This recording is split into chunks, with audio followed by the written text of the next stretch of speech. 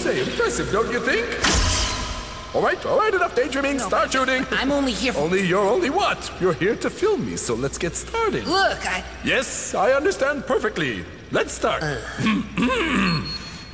Dear colleagues, I feel deeply honored to stand before you today as the director of the world's most advanced facility for the study of the universe. An honor I should have had years ago, although you prefer that dreamer, Dr. Kochanovsky, and his mad obsession to discover the secret of the origin of the universe. Why, everyone knows how the universe began. Even a child could tell you. Of course, man. In the beginning, God created the heaven and the earth.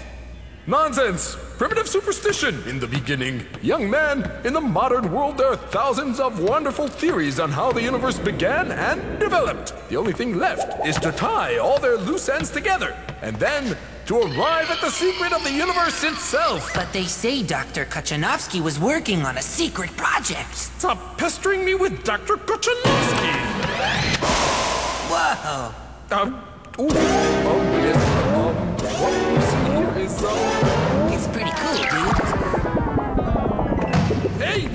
What do you think you're doing? I'll have you know that you are trespassing on university property! Out! But Professor, this machine can take us back to the greatest events in history, man. The Exodus from Egypt, Mount Sinai. No, those are all legends! Now get out!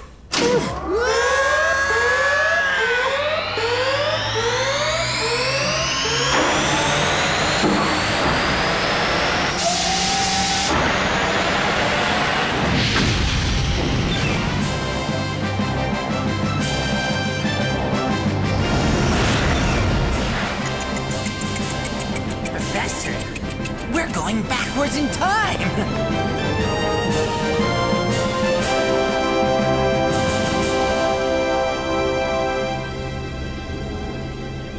Everything's disappearing. Professor, don't you want to find out the secret of the creation of the world? Oh no!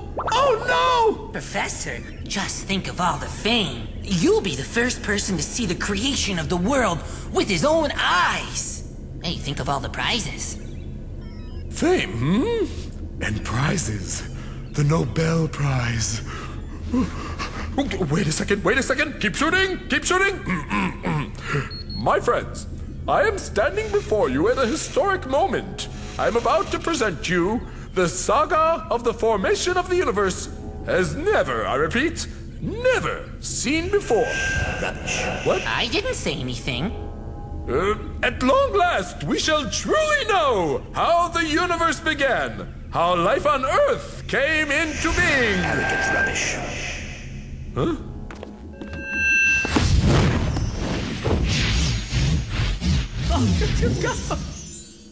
Anything you shall discover has already been written. Here. Yes, that's very clear, thank you. Moreh Nevuchim. The Guide for the Perplexed by Maimonides. Maimonides? The creation of the world and of all living creatures is already described in the Book of Books.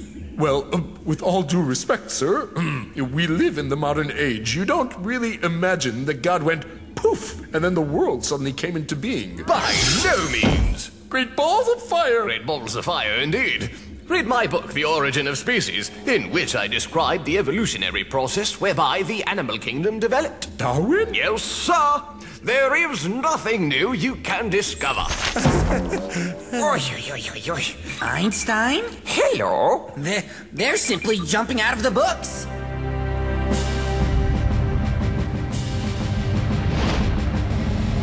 In any case, the Torah is certainly not science. Don't you feel a little out of place? On the contrary, anyone who wants to know how God rules the world must study astronomy and physics in addition to the words of the Torah. That is not the point.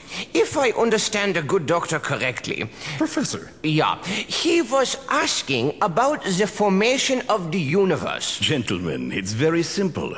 In the beginning, God created the heaven and the earth. What a joke! It's also written that God said, "Let there be light," and poof, there was light. Ridiculous. It's as if the world was created by a magician at a birthday party. Darkness one moment, light the next.